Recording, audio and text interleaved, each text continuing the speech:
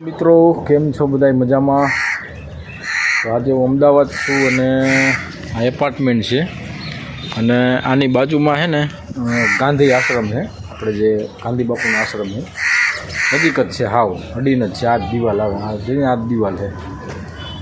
હવે અહીંયા છે ને એક ભાઈ બગીચો કર્યો, સરસ મજાના ઝાડવા અને ઘણું બધું, આમ તમે જોવો ને તો ઘણા બધા પક્ષી આવે છે.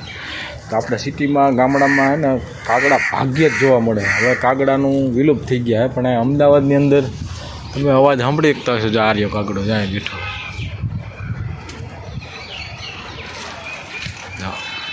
આ ઘણા બધા કાગડા છે અને આપણે એ બાજુ સૌરાષ્ટ્રમાં ભાગ્યે જ ક્યાંક તમને જોવા મળે, બાકી તો કાગડા વિલુપ્ત થઈ ગયા છે.